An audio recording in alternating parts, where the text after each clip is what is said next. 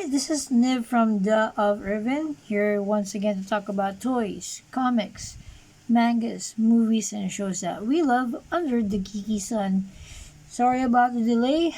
Once again, uh, Uncle Niv here did a little hiatus for a while. Honestly speaking, as like I mentioned in the previous video that I posted online, especially here in my YouTube account and Facebook account, I've actually said that due to depression, I was actually not in the mood, or I wasn't really uh, planning to make more videos. But for some divine intervention, Big G said that nope, I'm gonna be pouring viewership to you. Just continue what you were doing and do whatever you love. So I ended up doing videos again.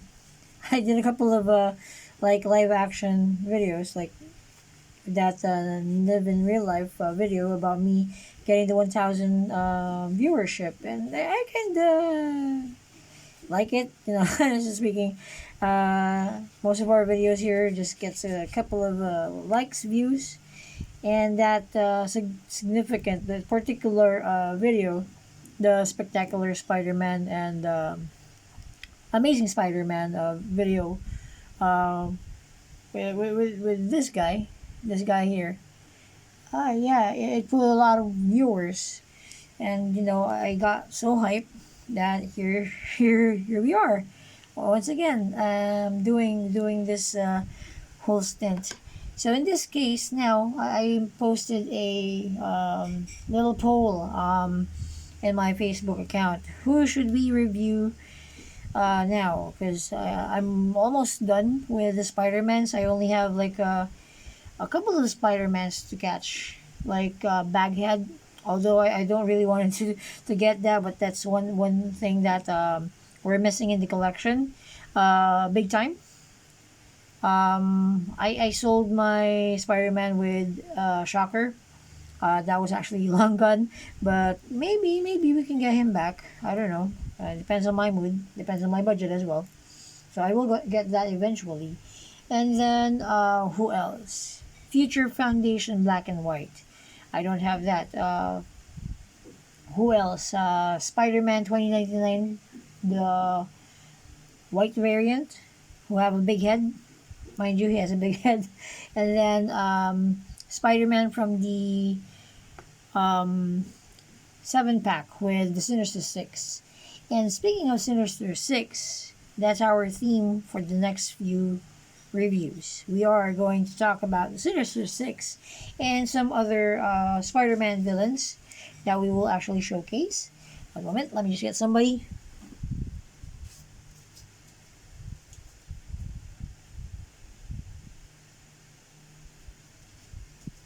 And since we are done with him, maybe just put him there as well.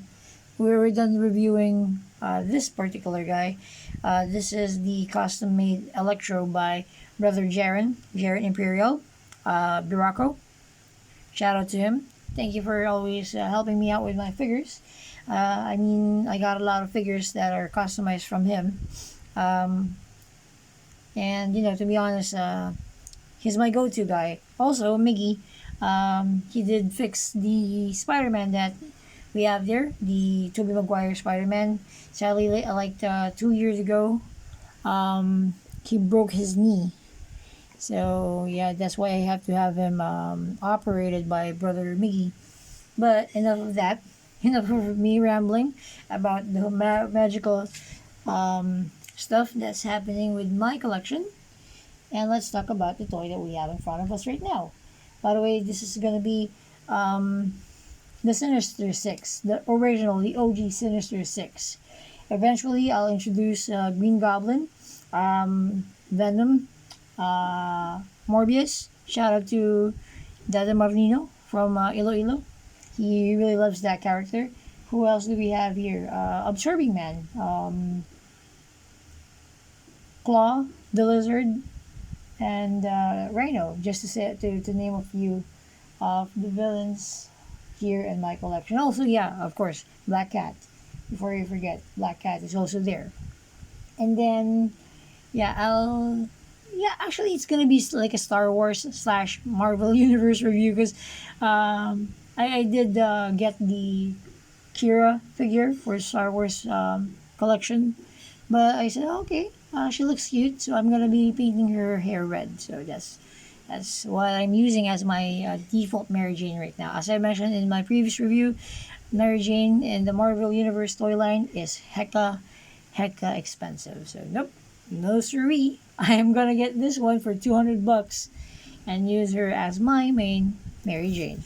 Maybe I'll get that if I got the chance or if got permits, whatever. And then yeah, so long that we can actually afford it.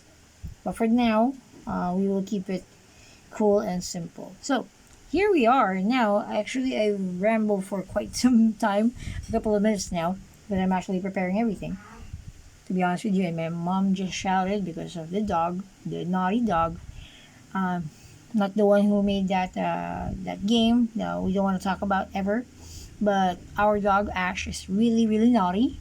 He is really annoying, but we love him so much. But still, we can't erase the fact that he is flipping annoying. So here we are. Here we go with the review proper. So by the way, we have here Sandman, aka William Baker, also known as Flint Marco. Just a quick trivia. With the name of Sandman here, to be honest, for the longest time I really thought it's Flint Marco. And in my head canon, it's always going to be Flint Marco. But lo and behold, eventually I've learned that he is actually named or born William Baker, and Flint Marco is another alias that he was using. I don't know where or how was that retcon inserted there, but there we go. Anyway, we've upgraded a little bit here, guys, so just bear with me. So we have here Sandman, a shapeshifter endowed through an accident with the ability to turn himself into sand. He actually debuted with, or he first appeared in the Amazing Spider-Man number 4. I don't know if I'm gonna be re-recording this or just go along the way, but yeah, there we go. Uh, Released September of 1963. Originally created by Steve Ditko and Stanley, the great Stanley, and the great Steve Ditko. And he actually stood out as one of the, we could say, best villain of Spider-Man. Since, to be straightforward, um, who wouldn't be threatened with a guy who's um, turning himself into sand and also could, shapeshift into whatever weapon he could actually think of, and also basically just be of any size that he wants, so long that there's a big body of sand that he can absorb. He will be able to, be a giant if you'd want to. Actually, to be honest, if we will be that, um, to perfectionist, we can get that Sandman from the Marvel Universe, the Bill of Figure, or any Sandman from that line, and pretend that he's becoming big. Um, and yeah, that's really one key feature of Sandman. He is really formidable because of the fact that he could be stealthy. He could also be the brawn of the team, and just become one big mess of a villain for Spider-Man here, because he's really flexible in terms of team role or role in the team. Um, yeah. I mean, the character himself is really really complex, to be honest, because he's not really that bad. He is a burglar and was just trying to save his kid's life, by being a robber, being a thief. But as mentioned, by some accident, he fell into a vat of sand, You thought I was about to say acid. That's not him. Anyway, that's neither here or there. But again, this is Sandman from the Marvel Universe wave. I believe this is. Oh, no, no. Let me correct myself. It's Marvel Infinite. This was the transition line before they actually went with Marvel Legends, and then they killed the line. Funny because, yeah, too much effort, and then they just said, whatever, let's just pull the plug. So there you go. Anyway, with this particular body mold, he is actually sharing it with Luke Cage, Drax, who else? Absorbing Man. And just to show it off to you, actually, when I displayed my toys back in September 2019, that was Playground X, or PGX as we called it. I made Sandman fight a couple of heroes for her, or what do you call this? Uh, Defender members. Like I have all four of them now. Luckily, before I didn't have Jessica Jones, so she wasn't able to join the festivity, the Playground X festivity. But yeah, I got Daredevil, Iron Fist, and Luke Cage that we have in here. As you can see, because of the weight of his hands, his knees are actually bent in an awkward way. I tried to fix him up, but yeah, I can't. I did my best. But this particular body mold, they're wearing the bell bottoms, and it's kind of awkward to be honest with you. And there's a tendency that their knees actually bends in a certain angle that is really annoying. Like there you go, there you go. So there. I already shown his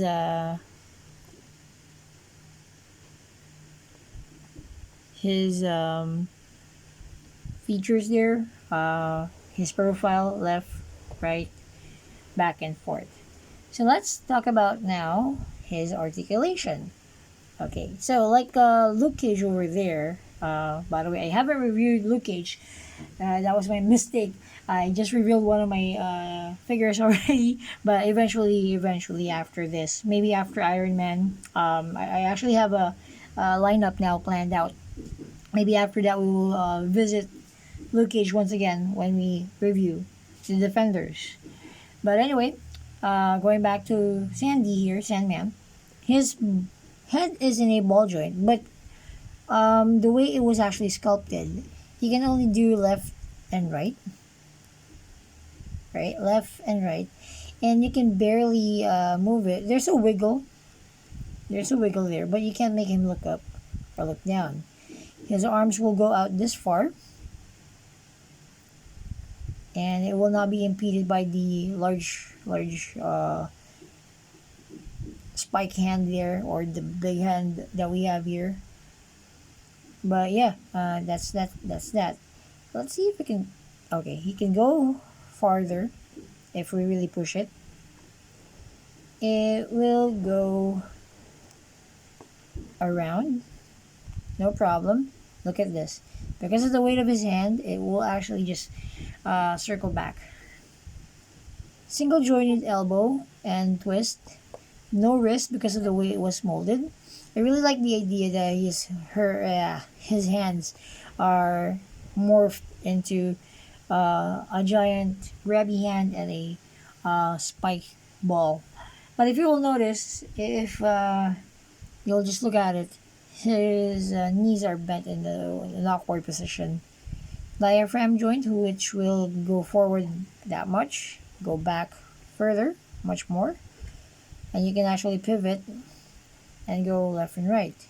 If you can even actually turn it all the way around.